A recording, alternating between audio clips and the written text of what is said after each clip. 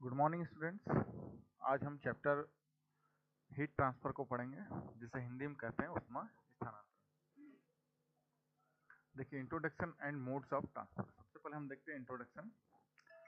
Rate of energy transfer due to temperature difference is called heat transfer.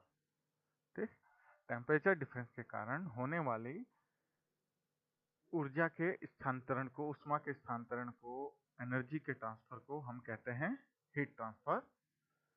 तीन ऐसे methods हैं जिनसे heat transfer होता है। नंबर 1 है कंडक्शन, चालन। कंडक्शन का सिद्धांत जेबी फोरियर ने प्रतिपादित किया है। जब हीट ट्रांसफर एक स्टेशनरी मीडियम की सहायता से हाई टेम्परेचर से लो टेम्परेचर में होता है तो उसे कंडक्शन कहते हैं। जनरली कंडक्शन सॉलिड्स के लिए एप्लीकेबल होता है। देखिए, कंडक्शन का सिद्धांत किन्होंने दिया था? जेबी फोरियर ने दिया था। उन्होंने क्या बताया था? जब एक स्टेशनरी मीडियम की सहायता से, मतलब कोई ऐसा माध्यम जो मूव ना कर रहा हो, ठीक है, उसकी सहायता से हाई टेम्परेचर से लो टेम्परेचर में जब हीट ट्रांसफर होता है तो उसे कंडक्शन कहते हैं। ठीक है, किसी ऑब्जेक्ट के थ्रू, किसी आइटम के थ्रू जब हीट ट्रांसफर होता है तो उसे बोलते हैं कंडक्शन। ठीक है, किसी ठोस सतह के द्वारा। दूसरा है कॉन्वेक्शन, संवहन। जब हीट ट्रांसफर उष्मावाही कणों, मूविंग फ्लूइड्स के द्वारा होता है तो उसे कॉन्वेक्शन कहते हैं, या फ्लूइड्स, लिक्विड प्लस गैस के लिए एप्लीकेबल होता है। ठीक है, जो हीट ट्रांसफर है उष्मावाही कणों के द्वारा जब हो रहा है, मूविंग फ्लूइड्स के द्वारा हो रहा है, मतलब पानी है, ठीक है, एयर है, लिक्विड्स हैं, उनके थ्रू जब हीट ट्रांसफर होता है तो उनको हम कहते हैं कॉन्वेक्शन। फ्लूइड्स का मतलब क्या है यहाँ पर? फ्लूइड्स का मतलब यहाँ पर है liquid plus gases. Okay, next है रेडिएशन, विकिरण। जब हीट ट्रांसफर बिना किसी मीडियम के इलेक्ट्रोमैग्नेटिक वेव्स के द्वारा होता है तो उसे रेडिएशन कहते हैं। ठीक है, जब कोई भी मीडियम नहीं हो और इलेक्ट्रोमैग्नेटिक वेव्स के द्वारा हीट ट्रांसफर हो तो उसे रेडिएशन कहते हैं, विकिरण कहते हैं। इस मोड में ट्रांसमीटर की हीट रिसीवर को ट्रांसफर होती है। ठीक है, ट्रांसमीटर जो है उसकी हीट जो है वो रिसीवर को प्राप्त होती है, पर मीडियम गर्म नहीं होता है। यह सिद्धांत मैक्सवेल ने प्रतिपादित किया था। ये जो थ्योरी है वो मैक्सवेल ने दिया था। एग्जाम्पल जैसे बताएं तो सन से हीट ट्रांसफर होना, जैसे सूर्य से ऊर्जा का जो ट्रांसफर होना है वो है रेडिएशन। या फिर जैसे कोई बर्तन गर्म है तो उसके चारों तरफ थोड़ी गर्मी फैली होती है, तो ये किस लिए फैली होती है? रेडिएशन के कारण फैली होती है। इसे ही रेडिएशन कहते हैं, विकिरण कहते हैं। ओके, दो दो नंबर में पूछ सकता है इन सारी चीजों को। नेक्स्ट है Fourier's law of heat conduction. Fourier का लॉ क्या है हीट कंडक्शन के लिए? In stationary condition of any material, heat transfer is proportional to the cross section area of surface and temperature gradient. मतलब हीट ट्रांसफर जो है वो proportional होगा किसके? Cross section area. यहाँ देख रहे हैं आप, ए लिखा हुआ है, cross section area plus D T by D X, जिसे हम कहते हैं टेम्परेचर ग्रेडियंट। इन दोनों के मल्टीप्लीकेशन के प्रोपोर्शनल होता है क्या? Heat transfer. हीट ट्रांसफर को हम किससे डिनोट कर रहे हैं? क्यू से डिनोट कर रहे हैं। तो यहाँ पर क्यू से डिनोट किए, और यहाँ पे एक जैसे ये प्रोपोर्शनल का साइन को हटाए हैं तो यहाँ पे बराबर का साइन लिए हैं, और बराबर के साथ क्या लगा दिए हैं? माइनस के। ठीक है, माइनस के D T by D x. ये देखिए T1 से T2 की तरफ हीट ट्रांसफर हो रहा है, बीच में क्या है? एक्स। ठीक, के इज इक्वल टू क्या है? यहाँ पर थर्मल कंडक्टिविटी है, तापीय चालकता गुणांक है। ए इज इक्वल टू क्या है? Cross section area of the plate है। D T by D X क्या है? टेम्परेचर ग्रेडियंट है। टेम्परेचर ग्रेडियंट क्या होता है? अब पढ़ते हैं इसको। टेम्परेचर ग्रेडियंट का मीनिंग है कि temperature difference per unit length. Temperature gradient means क्या है? Temperature difference per unit length. Okay, तो Q is proportional to D T by D X, और Q is proportional to T1 minus T2 by L। यहाँ पे T1 minus T2 क्या है? यहाँ पे T1 माइनस T2 है टेम्परेचर डिफरेंस, और यहाँ पे L क्या है? लेंथ और डिस्टेंस बिटवीन प्लेट्स है। Expression for determination of heat transfer across the flat plate. Q is equal to K A D T by D X. Thermal conductivity के उष्मा चालकता क्या है देखते हैं। किसी मटेरियल की हीट कंडक्शन, उष्मा संचरण की प्रॉपर्टी को थर्मल कंडक्टिविटी कहते हैं। ऐसे सॉलिड्स मेटल्स जिनमें फ्री इलेक्ट्रॉन्स ज़्यादा होते हैं उनकी के ज़्यादा होती है। ठीक है, हीट कंडक्शन की प्रॉपर्टी जो है किसी मटेरियल की, कितना उष्मा संचरण हो सकता है उस मटेरियल से, उस प्रॉपर्टी को अपन कहते हैं थर्मल कंडक्टिविटी। ऐसे सॉलिड्स मेटल्स जिनमें फ्री इलेक्ट्रॉन ज़्यादा होता है उनमें के की मात्रा ज़्यादा होती है, मीन्स वो हीट के अच्छे कंडक्टर होते हैं, जबकि ऐसे सॉलिड्स नॉन मेटल्स जिन्हें फ्री इलेक्ट्रॉन कम होते हैं उनकी के कम होती है। यूनिट के इज इक्वल टू क्या है, जूल पर मीटर सेकेंड डिग्री सेंटीग्रेड या जूल पर मीटर सेकेंड डिग्री सेंटीग्रेड। ठीक, नेक्स्ट टॉपिक है आपका थर्मल रेजिस्टेंस, उष्मीय प्रतिरोध। ये क्या होता है देखते हैं। The resistance offered by one material to heat transfer is called thermal resistance. मतलब किसी मटेरियल के द्वारा हीट ट्रांसफर के लिए जो रेजिस्टेंस उत्पन्न होती है उसे ही हम कहते हैं थर्मल रेजिस्टेंस। ठीक है, तो ये हमने पढ़ा था Q is equal to D two K A D T by D X. ठीक है, और माइनस का साइन इस पहले वाले क्वेश्चन में इसलिए लगा था क्योंकि हीट ट्रांसफर बाहर की तरफ होता है उस मटेरियल से, इसलिए माइनस का साइन लगाया था, वो दिशा सूचक है। ठीक है, फिर देखिए यहाँ पे D T is equal to हम क्या कर सकते हैं, डी एक्स अपॉन के कर सकते हैं, और डी एक्स क्या है यहाँ पे लेंथ है तो उसको अपन ले सकते हैं एल। तो देखिए D T is equal to क्या आ गया, एल बाई के। इसका यूनिट क्या होगा टेम्परेचर का, केल्विन होगा। तो ये है थर्मल रेजिस्टेंस। ये सारी चीजें दो दो नंबर में पूछ सकता है आपसे। फिर एक इंपॉर्टेंट टॉपिक है Newton law of cooling for convection. Newton का संवहन का नियम। किसी भी मटेरियल की रेट ऑफ कूलिंग, ठंडे होने की दर जो होती है by convection is proportional to the temperature difference. ये प्रोपोर्शनल होती है temperature difference. If rate is cooling, if rate of cooling is equal to T1 minus T2 by small t and average temperature of materials is equal to T1 plus T2 by 2। यहाँ पे T क्या है, temperature of atmosphere है।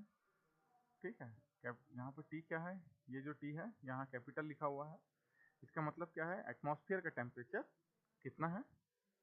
T1 क्या है, high temperature of material है।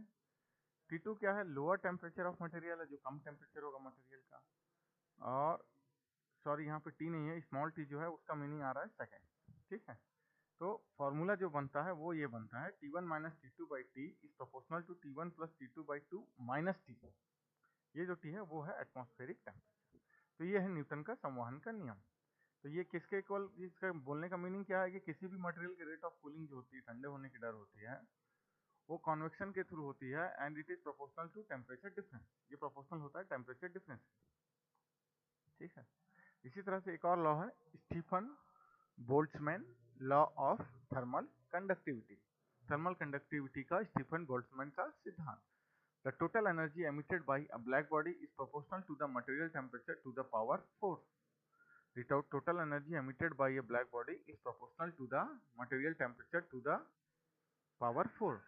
तो किसी भी ब्लैक बॉडी से जो टोटल एनर्जी एमिट होती है वो उसके मटेरियल टेम्परेचर के पावर के 4 के बराबर होती है। ठीक है, तो इसका फॉर्मूला क्या है, E is proportional to sigma.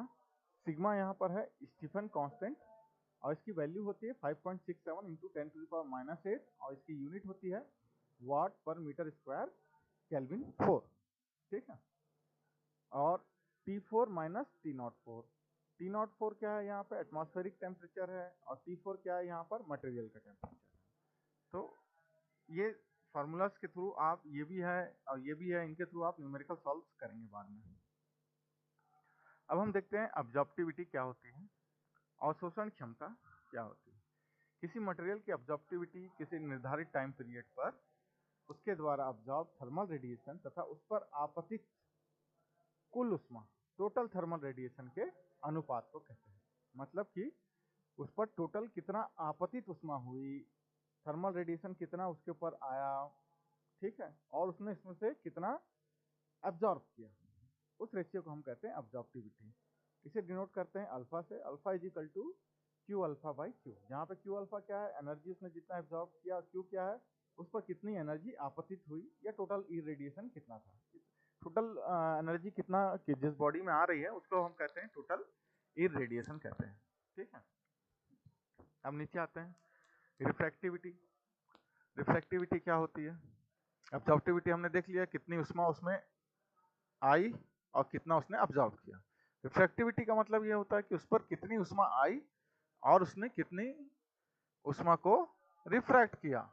ठीक है, रिफ्रैक्ट कर दिया मतलब टकरा के वापस चले गए, उसे कहते हैं हम रिफ्रैक्टिविटी। तो ये हुआ रिफ्रैक्टिविटी, इसको डिनोट करते हैं स्मॉल आर से।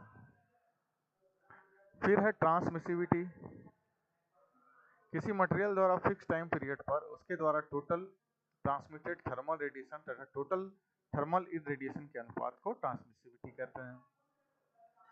उसमें कितनी एनर्जी आई और उसने कितनी एनर्जी को ट्रांसमिट किया, अपने से पार जाने दिया, उसे कहते हैं हम ट्रांसमिसिविटी। इसे डिनोट करते हैं जीटा से। इसका कोई यूनिट नहीं है क्योंकि क्यू के यूनिट कट जाएंगे। सेम इसी तरह से रिफ्रैक्टिविटी का भी कोई यूनिट नहीं है, और यहाँ पे अल्फा जो है अब्जॉर्प्टिविटी, उसका भी कोई यूनिट नहीं है। Absorptivity alpha, refractivity R, transmittivity zeta. ठीक, अब देखते हैं एक नेक्स्ट टॉपिक जो बार बार हमारे कानों में सुनने के लिए मिलता है, जिसे कहते हैं ब्लैक बॉडी। ठीक है, ब्लैक बॉडी क्या होती है जानते हैं? ऐसी बॉडी जो थर्मल रेडिएशन की परफेक्ट एब्जॉर्बर होती है तथा थर्मल रेडिएशन को रिफ्रैक्ट या ट्रांसमिट नहीं करती है, उसे ही हम कहते हैं ब्लैक बॉडी। तो ब्लैक बॉडी क्या होती है? ब्लैक बॉडी ऐसी बॉडी होती है जो थर्मल रेडिएशन की परफेक्ट एब्जॉर्बर होती है। ठीक है, थर्मल रेडिएशन को परफेक्टली एब्जॉर्ब करती है, बहुत अच्छे से एब्जॉर्ब करती है, तथा वो थर्मल रेडिएशन को रिफ्रैक्ट या ट्रांसमिट नहीं करती है। मतलब वो एब्जॉर्ब कर लेती है, वो ना ही उसको कहीं दूसरी दिशा की तरफ रिफ्रैक्ट करती है, मोड़ती है, और ना ही वह अपने से पार जाने देती है। तो उसे ही हम कहते हैं ब्लैक बॉडी। ठीक है, इसके बाद हमें पढ़ना है इमिसिव पावर्स। उसमें बहुत सारी बॉडी से वो पढ़ना है, विन्स लॉ पढ़ना है, फ्री एंड फोर्स डायग्राम पढ़ना है। उसके बाद हमें 2 न्यूमेरिकल्स हैं हमारे, वो भी देखने हैं। तो अभी मैं फिर से आपको एक बार बता देता हूँ, 2-2 नंबर्स में ये सारे क्वेश्चंस पूछ लेता है आपसे। ठीक है, तो देखिए सबसे पहले देखिए 3 मोड्स होते हैं हीट ट्रांसफर के, कंडक्शन, कन्वेक्शन, रेडिएशन। कंडक्शन में जो मीडियम होता है वो कोई सॉलिड होता है और वो फिक्स होता है, मूव नहीं करता है। कन्वेक्शन का मीडियम जो होता है वो कोई जेल वगैरह होता है और ये थोड़ा सा मूविंग करते रहते हैं। ठीक है, रेडिएशन के लिए कोई यूनिट नहीं होता है, कोई मीडियम नहीं होता है, ये बिना किसी माध्यम के प्रसार करते हैं, एक जगह से दूसरे जगह में एनर्जी का ट्रांसफर करते हैं, परंतु मीडियम इसमें गर्म नहीं होता है। ठीक है, जैसे कि सूर्य की ऊर्जा को अंतरिक्ष से पृथ्वी पे आने का जो प्रोसेस है उसे ही हम कहते हैं रेडिएशन। ओके, फिर हमें Fourier's law of heat conduction पढ़ना है, जो कि क्या होता है, Q is equal to KA dt by dx है। यहाँ माइनस साइन ये डिनोट करता है आपको कि उसमें बाहर की तरफ जा रही है। ठीक है, ये इसका मीनिंग निकलता है। तो ये भी पूछ सकता है 2 से 3 नंबर में। टेम्परेचर ग्रेडियंट पूछ लेता है कभी कभी, ये उसी फार्मूले से निकल गया है। ठीक है, उसका थर्मल कंडक्टिविटी भी पूछ लेता है। थर्मल कंडक्टिविटी क्या है? किसी भी मटेरियल की हीट कंडक्शन की उष्मा संचरण उससे कितना अच्छा हो सकता है, उस प्रॉपर्टी को थर्मल कंडक्टिविटी कहते हैं। जैसे घरों में इलेक्ट्रिक में वायर्स में हम लोग तांबे को यूज करते हैं, तो तांबा जो होता है हमारा वो अच्छा कंडक्टर होता है, मतलब इसकी थर्मल कंडक्टिविटी ज्यादा होती है। ओके, ठीक है, फिर देखते हैं थर्मल रेजिस्टेंस क्या है। Q इज इक्वल टू के D T by D x है थर्मल रेजिस्टेंस, जहां से dt का वैल्यू हमने निकाला L बाई के, ये है थर्मल रेजिस्टेंस। फिर न्यूटन का संवहन का नियम है, जो T1 minus T2 by T is proportional to T1 plus T2 by 2 minus T है, जहां पे T है एटमॉस्फेरिक टेम्परेचर, स्मॉल t है आपका टाइम, और T1 T2 दोनों बॉडीज के लोअर टेम्परेचर और हायर टेम्परेचर है। फिर Stefan Boltzmann law of thermal conductivity क्या है? Is proportional to sigma T4 minus T04 है। अब्जॉर्प्टिविटी फिर हमने पढ़ा, अब्जॉर्प्टिविटी को अल्फा से डिनोट करना है, टोटल रेडिएशन कितना है, इरेडिएशन, और उसने कितनी एनर्जी अब्जॉर्ब की। रिफ्रैक्टिविटी, टोटल इरेडिएशन कितना है और उसने कितनी एनर्जी को रिफ्रैक्ट किया। ट्रांसमिसिविटी, कितना इरेडिएशन है और उसमें से कितनी एनर्जी को ट्रांसमिट किया। ब्लैक बॉडी क्या ऐसी बॉडी है जो उष्मा को पूरी तरह से अवशोषित कर लेती है। ऐसी कोई भी बॉडी दुनिया में तो पॉसिबल नहीं है, पर हम एक आइडियल ब्लैक बॉडी मानते हैं किसे, जो कि उसके ऊपर आपतित होने वाली सारी उष्मा को अब्जॉर्ब कर लेती है। ठीक है, अब इमिसिव पावर्स और आगे के टॉपिक्स को हम नेक्स्ट क्लासेस में पढ़ेंगे। आज के लिए इतना ही। Thank you so much.